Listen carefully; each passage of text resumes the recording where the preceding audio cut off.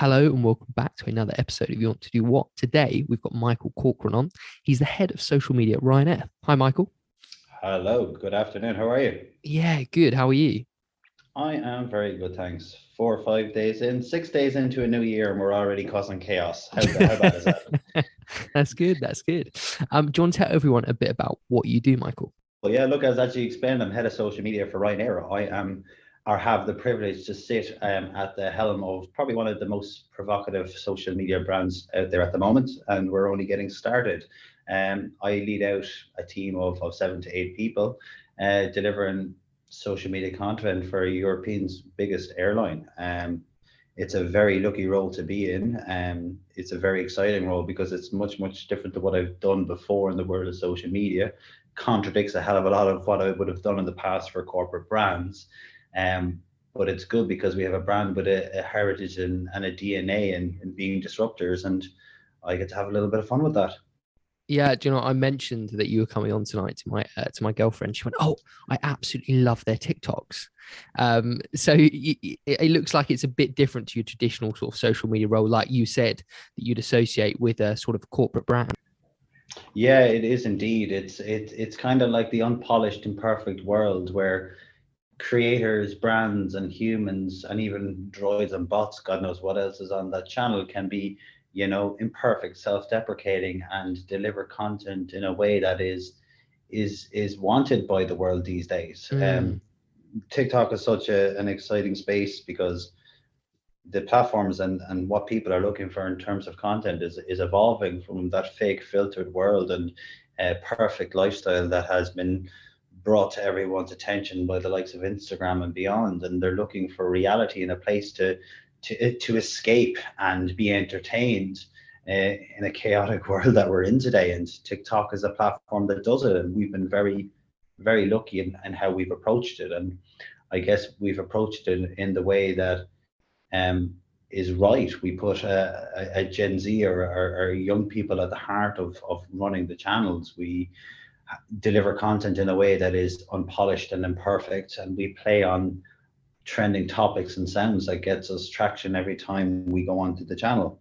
mm. And we're quite lucky in how we've got ahead with that and how we get the ability to turn around the content so fast without rigorous approvals from senior people. Um, which is great. It's probably the reason why we're ahead or a little bit ahead of many other brands, because I don't believe they probably have that flexibility or freedom to do it. It's so interesting, isn't it? Like you just said, actually, I wouldn't personally usually follow corporate businesses or businesses in general, really, because their content tends to be very watered down and very, we can't say the wrong thing, do the wrong thing. But like you said, people now actually just want the reality, self-deprecating, use that word. That's really interesting to see that's coming into the world of sort of social media within corporate companies. So how did that sort of Well, to be fair, not a lot. A lot of mm, brands aren't doing it because they're not willing to do it, and some of them just can't because they position themselves as a premium brand offering premium experiences, including in mm, the category that we're in from an airline point of view. They don't have the license to do it, which is why we probably have an advantage over everybody else. And we're very lucky to have that.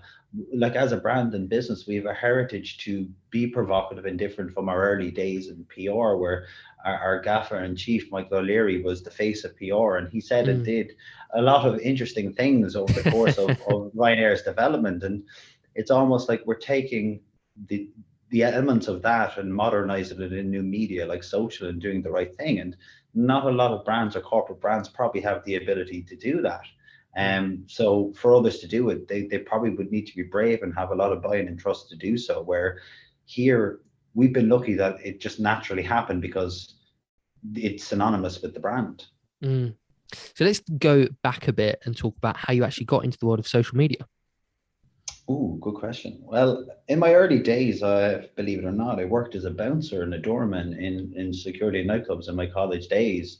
I guess that was the social media before social media was a thing. I was the community manager on the front door of a nightclub, deciding who was going in or who was going out to engage and have a good time. And if Yeah. anyone was naughty or misbehaved, I took the trolls out of the nightclubs.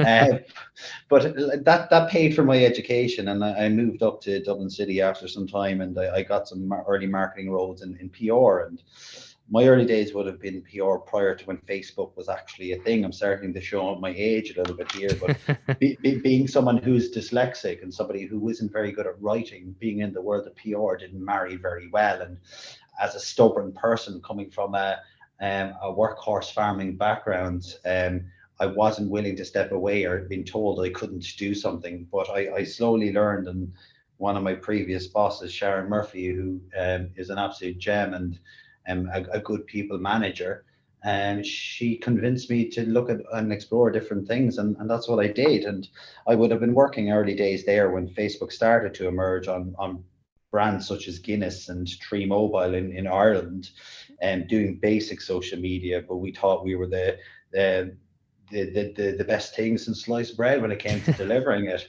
but we didn't have a bloody clue.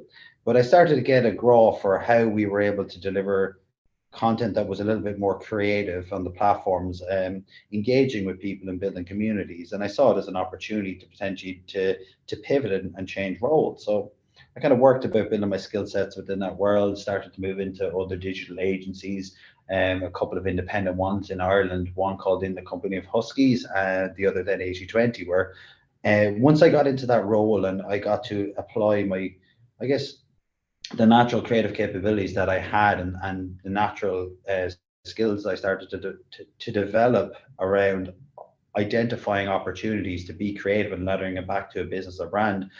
My kind of career accelerated pretty fast after that. Like in 6 years, I went from an entry level account executive or an internship to a head of a department in a social media and digital agency. And Wow. the rest they say, I guess, is history after that. I spent 2 to 3 very good years in Paddy Power Betfair, and now I'm sitting in the seat of Ryanair, and I'm a very lucky boy. Wow. Yeah. Very cool journey. I mean, it's interesting, isn't it, social media? We've had a few people on within the world of social media, and it's still a very new-ish industry to go into and have a lot of jobs in it. Because I guess when you first started, there wasn't particularly many jobs in it, but it's kind of exploded in, I mean, last 3-4 years. Yeah, not many jobs. And then when you did get a job, you essentially had to be the community manager, the creative, the copywriter, the videographer, the designer, the crisis management. You had to do so many, fulfill so many roles within the platforms that was a bridge too far. And that was down to lack of understanding or the opportunity of social in its early days. But look, you touched on it. Even people coming into the career now, it's much different than what it was 5 to 10 years ago. The platforms that are emerging, the approaches to how you deliver it, there's no one way to set up a team. There's no one way to deliver social for a brand or business. Now, I could argue that there's a lot of people who are still trying to do that and sell that to brands and businesses and not doing a very good job. And that's the problem you have with that vanilla corporate brand Mm, approach that people don't like. But like, why would you follow a brand on social media? Like, yeah. what value does it have unless you've been drawn in from some sort of Billy Basic reward competition mechanic, or you had a problem where you needed to solve it and you had to follow the account to send them a direct message to complain and give out to them. So it's just, what is the reason to follow corporate brands? This brand love thing and everything that's going on, it's nonsense. So for a lot of brands, social can be delivered in a very valuable way, but a very different way that a lot of people are getting wrong. But we'll go Mm, back to your point on the career point of view. It's very different now to where it was before. Your social media specialist or social media manager and the role that they play has changed. Look at new platforms like that are coming out of less public facing apps like Discord and environments such as Twitch and Roblox. They're social media managers at the moment, and very experienced people who aren't even scratching or touching on their knowledge or capabilities within there. And there's the starting point and the places I guess social media professionals of tomorrow need to look at. mm, And then you match that with the creator economy. Like, people are building their own brands themselves and building their own presence and their own opportunity within social media, and the creator economy is growing faster and faster. So even brands and thinking about how they deliver on social or how they work with social people, you need to consider how you look at people like them and the people who've developed their brands and their platforms, and how they could potentially add value to what you do, either within a role within your business, or partnering with them. mm. I know I'm speaking on a tangent here, but if I could simplify it, there's no right or wrong way to doing social. There's no right or wrong brand. setup or brand structure for a social media professional, what people need to get better at is understanding the role it plays for the business, and then understanding where their audience is, where they can grow, and what actually value it's delivering. And if they don't know why they're doing that, well, why the hell are they doing it in the first place? Yeah, no, it's a great point. And I guess the other sort of question we kind of touched on it there is there are a lot of different specialisms now in social media. It's not just, Hmm. you're a social media account manager. There are so many different specialisms. But if you could just give us an example of maybe two or three different jobs you've got at your team at Ryanair and what they do on sort of a day-to-day basis. Yeah, so when I came in my early days, the team was structured a little bit different than what I started because of where I started to unpack and how I wanted to future-proof the team. Our team is essentially split into two units or divisions. I'm trying to find cool, trendy words to call them right now, but let's call them units to start with. Our strategy is very simple, and if I could simplify it, is that we want to be the most talked about brand on and off social media. So anything we want to do, we want to drive a reaction and provoke some sort of value from an entertainment point of view, tapping into conversations and also delivering, say, activations where we can decrease friction around how we operate as a business, which is one of a big problem and pain point for us. So with that team set up, we've divided it into two units. One where we call it reactive and community, where the role of that unit and team is all about being on the pulse, being relevant and topical, and delivering creative ideas at pace to drive a reaction or response with an audience. Mm-hmm. And the knock-on effect of that then is trying to get attention from PR and media to try and then spill that piece of content over into newsworthy pieces of articles that then gets people to talk about it offline and off social media channels as well. The other part of that then is the community side of things. So we have a job to improve the sentiment of the brand as a whole, but not just on social media. And delivering vanilla corporate content is not going to do that. So the tone of voice and the character and the characterization of the Ryanair admin or person is going to be an important pillar to our strategy as well. And what we'll be trying to do is we're seeing, and this is a lot of learning off TikTok, that if we engage below the piece of content that we publish or deliver on our channels in the right way that is relevant and resonates with this audience, we're seeing greater engagement within the replies and the comments on the piece of creative to the actual piece of creative itself sometimes. Wow. Taking an example, a piece of video content on TikTok may have hit 4 to 5 million views, but the engagement with the comments and the replies to people within those videos were getting hundreds and thousands of millions more engagements below that. So there's a value to it, and what that's happening to us, it's allowing us to again change the sentiment of what was there in the past, improve how people perceive us and like us and be less pissed off with us. And it's also driving greater reach and engagement of the content. And if we can start to nail that, we can then nail how we grow reach and scale and grow interactions as a whole. Wow. Wow. Um, then there's the other side of the team, which is the brand activations or social activation side. So their role is a bit more, let's say at the moment, corporate brand-esque, where their responsibility is to deliver the business messaging and metrics are within the business, delivering campaigns and activations based on a wider marketing campaign, but also that we'll be tasked with identifying bespoke opportunities to create always on content in the tone of voice and style that is relevant to us. I touched on things earlier like the creator economy and collaborations, because we've got such a big following of 8.4 million people across our channels at the moment and growing. Mm. We have the ability to probably be attractive to other brands and creators to actually collaborate with to get reach and scale and add value. So we'll find ways to work with creators and collaborators to solve problems or actually tap into other interest groups or subcultures where we use an activation of that style to create peaks of impact throughout the year. And those peaks of reach and impact potentially will reach audiences that may not be engaging with our content at the moment. They may be seeing within the media or been shared on their channels a piece of Ryanair content and may have got an entertainment value or a giggle from it, but they wouldn't be active consumers of our content. By using these sort of collaborations and activations, then that team will start to build almost like an entry path or like a spike of awareness that we then try and help incrementally grow our reactive and always on content over time to be greater and greater, reaching more people, creating more followers, and delivering better engagement rates on our content as a whole. Wow. I mean, I'm a little bit of a marketing geek in my own time, and I'm absolutely loving Hmm. this. This is great, really cool. But how much do you think the industry is set to sort of grow? You know, we talked about it's very new, and there's now more jobs in it. But even your team itself, you know, how much do you think the industry is going to grow in the next 5, 10 years? It's a difficult one to answer because the infrastructure of, say, social media as a whole is so fragmented and there's Mm, so many different things to do. Let's take it from a traditional advertising point of view. If you look at the data at the moment, you're looking at video advertising on YouTube is reaching about, is it 30 or 40% of overall ad spend within the world globally at the moment, which is a massive number when you compare that with TV and traditional marketing. yeah. The funny point and the crossover to that though is there is a huge percentage of those ads being consumed on actual TVs at home based on people Chromecasting and watching their YouTube app on their TV. Where I'm getting to that is like social as a way to build a brand is still a rich place. Would I say it's better than TV at the moment? Hell no. If you have the ability to spend and reach on TV, you go and do it, but it should not be ignored as a brand building channel with paid media in mind. Um, in terms of everywhere else, it's quite difficult to simplify that because you've got almost like traditional channels, like traditional TV in social media right now. Your Facebooks, your Twitters, and your Instagrams, they're almost becoming legacy accounts, even though they're still in their infancy in time and age compared to traditional marketing.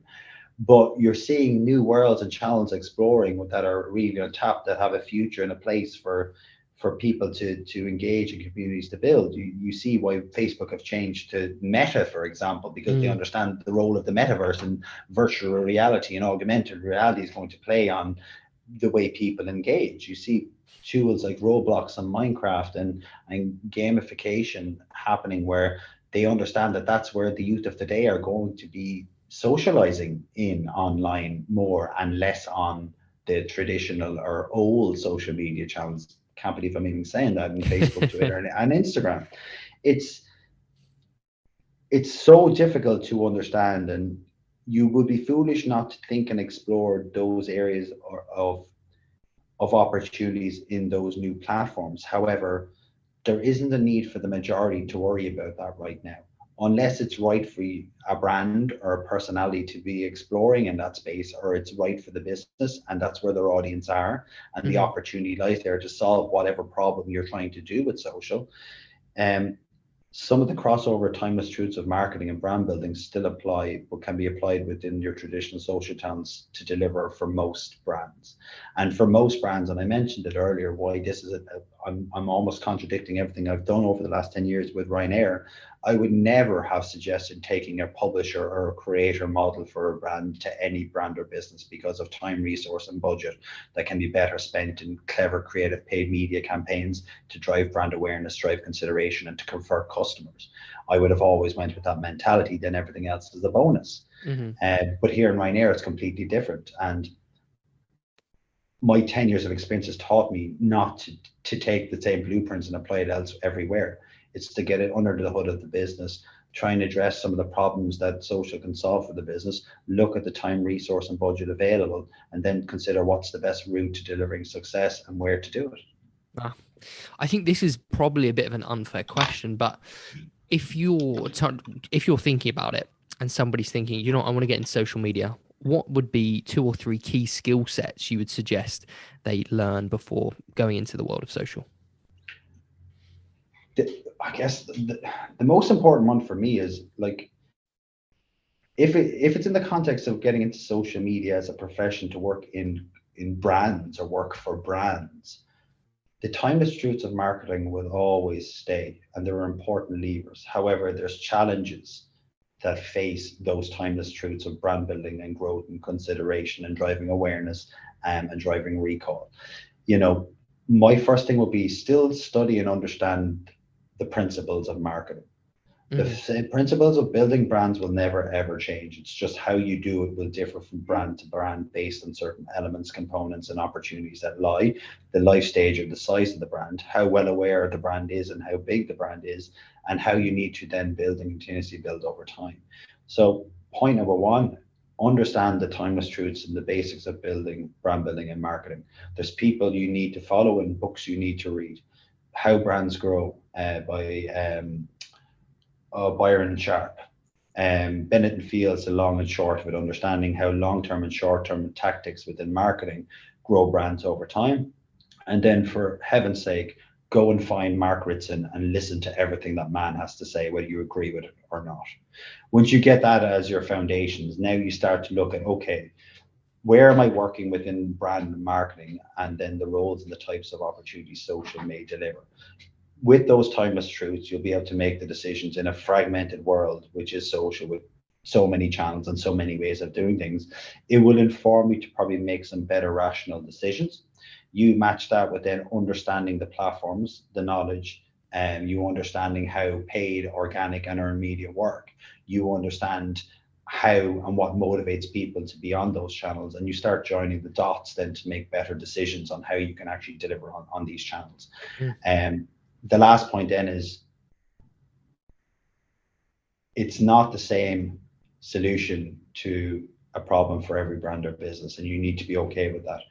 And you need to come with an open mind, be okay to get it wrong sometimes, because there's so many ways to delivering it, and nobody is right and nobody is wrong. However, if you use the principles of marketing, if you build your knowledge and as much rationale as possible to make the best informed decision as to why, you're going to probably have a better chance of succeeding and being consistent at it then. Mm. And how do people stand out to you? You know, when you've been hiring for positions within social media teams, how has somebody stood out to you? What is it? Something they've done, a skill set they have? Um, it depends, and I probably will say this a lot. It depends on the type of role and the type of business I am. Again, having a basic knowledge of how to build a brand on social, it goes back to the point I made. Having an understanding of what has influenced your train of thought. Depending on the brand or the style of social, then I need to understand how there's an opportunity to do things different. What always stands out as important to me is somebody then who may have a conflicting or a different view on the world of social, that brings a different thought or mindset to it, that isn't coming with an approach that they feel this is categorically the right thing to do, but they're coming with a different viewpoint based on good sounding rationale and experience and thought. And if that type of person is coming to me, who's not afraid to say no or to challenge, I'm attracted to that type of person to work with me and work with the brands that I work on. Um, I like people who are curious, and then I like people who are relentless in delivering things consistently over time. And if I can see those signals and signs of that type of person, and there's ways and things that can build and develop around what I do and what type of teams that I build. Mm. And for you, is it, we always have this discussion on this podcast, sort of CV versus an online sort of portfolio, whether it's an account you've grown on social media or something you can show you've done. How do you go about? Do you like Uh, CVs or do you like portfolios? What's your sort of take on it? It depends. Again, if it's somebody who's strategically driven, a CV is a good starting point, because I get an understanding of the caliber of brand and the business they've worked with, which means then I can go and check to see the type of work that may have been delivered on the channels. The CV for me is just the entry point to seeing, do they have the experience to fit that position? And sometimes I don't look for the experience, which is another thing. I look for somebody who's different and who may be raw and who may be curious. And there might be elements within their personal life or personal interests that may attract me to know that they're curious and they may add value elsewhere. So the CV is important, but it just needs to be simplified. If it's then somebody moving into more of a creative role, I'm going to see and want to see the work. I want to see their capabilities. But again, that's easy to showcase your best work. And if it's somebody who I need for a reactive role that needs to design at pace, it's probably more then as they go through the process, a task or a challenge to deliver on that, or even doing that in advance as part of the application process. And this is not my idea in any way, but I noticed an ex-colleague of mine, Paddy Power, when he's currently recruiting, and I loved his idea. He was looking for somebody to be a community manager from a football point of view for their platforms. He asked for their CV to be sent, but he also said, set up a dummy account or use a personal account, pick a football match over the next couple of days, and basically live tweet it and send me the link to that content with your CV, so he can make an informed decision about the quality of their work in a real environment, which is a great example. So it would differ, and I would make that decision based on the type of role. So CV Sure. important, yes, and then I'd make it from a strategic or creative point of view, the task or the requirement needed after that. Most important then is trying to read the type of person in the room Hmm. and look and see if they're one, the right fit for the team, again, the curious element, the relentless element, and the ability to challenge and be constructive and critical and not be a yes person. I don't need yes people. I need people to challenge. Wow, love it. And for you personally, what's been the biggest positive working in social media? I've got soft hands. It's madness, Daniel, when you think about it. If you were to tell me 10, 12 years ago that I would be getting paid to work on social media for a living, and doing quite well, I would have laughed at you. I'm not a firefighter. I'm not a builder. I get to deliver content or a career day to day that's fun and challenging, but not Mm, challenging in the way it is for most other people working in other stressful environments and hard working environments. So I'm lucky to have soft hands and I get to sit in my ass all day, and have a bit of fun. So I'm very privileged about that. sure. And then on the flip side of that, what's something that's maybe a bit less favorable about working in industry? Boundaries, Mm, separation. I think the hardest thing, and something I've it's taken me a long time to do, and I'm still not great at it, is to separate and switch off. Obviously, we all use, and most people use social from a personal point of view, but the habit of going in and checking your accounts and checking your brand accounts to see how they're performing, I still do that. mm. And it's difficult to switch off and have boundaries to separate from the world of social media to, personal life, and getting off the grid. That can be a big challenge. And if you are coming into this career or you're in it and you want to try and have a better balance, you need to get better at compartmentalizing and changing that, because it's a very difficult thing to do, and probably is one of the bigger downsides. It's a bit like a habit or an addiction. Mm. And then what's something that's probably not in your job description, but you have to deal with on a daily basis when working in social media? That's an interesting one. Something that I have to do that in social media that I didn't think I would have to do. Um, I don't know, because there's so many things and facets that you have to be able to do all the time, Mm. and nothing is of a shock to me. So I don't really have an answer for that one. No, that's Uh, fine. That's an answer in itself, really. yeah, it's just you're so involved in everything, and everything is so central to social that um it's difficult. I guess one thing Mm. that springs to mind is, didn't think I would have to continuously educate the same basics of social media as I move around from career to career in the last 12 years. I thought that at this point that even the basics of understanding the role social media plays and the power of building brands and the basics of how it works, I thought that senior people within businesses would have a better understanding of it, but they don't. Now that's probably down to that they don't have time Mm. to get ingrained in some of the basics. But you know, one thing I'm doing that I didn't think I would have to do is explain that just because you publish a piece of content on social media doesn't mean you're going to reach that 8.8 million people straight away. And there's algorithms and there's reach restrictions and there's blockers to try and reaching that amount of people, and it's much more considerably smaller every time you do it, and there's challenges to trying reaching as many people as possible. Yeah. I thought that most people would get that these in this day and age, but so many still don't, and they I, feel that once you tweet something, it goes to everyone. I think that's interesting and also a bit of an opportunity for those listening to this, because if you're still finding this deep into social media, that means there's a lot of opportunity for others to do it elsewhere, right? Oh yeah, indeed, I Mm. totally agree with that. And just to round off, would you still go into this industry knowing everything you know now?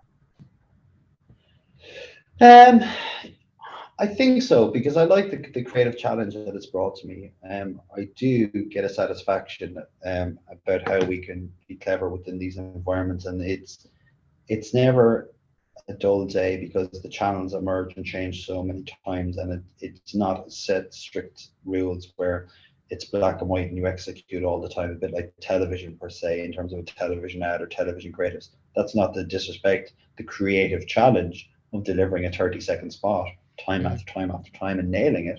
but it's just so different, and I'm always curious about everything and how it evolves. So I like it from that aspect. If I had the opportunity to be in a different career, it would 100% be farming. Definitely. Well, Michael, it's been an absolute pleasure having you on. You've given so much knowledge and advice to everyone. So thank you so much for taking the time. No problem. So listen, it's been enjoyable. Hopefully my tangents weren't too confusing. No, they were good. And where can people find you, what you're up to, and anything like that? Look, I guess the best thing to do is I'm on LinkedIn. You can find Michael Corcoran or search for head of social media, Ryanair. From a social point of view, my social channels are kind of a bit boring, so I wouldn't be going looking for me for any inspiration as a social media person. But you can find me on Twitter at Le Machine. And if anyone has any questions, come my way. And funny enough, I am hiring two people at the moment. So if anybody's listening over the next couple of weeks and they're working social media and want to consider come working at Ryanair, yeah, come DM me and I'll share a job spec and I can clear up any questions you might have. Oh, amazing. Brilliant. Well, thanks again, Michael. Thank you, sir.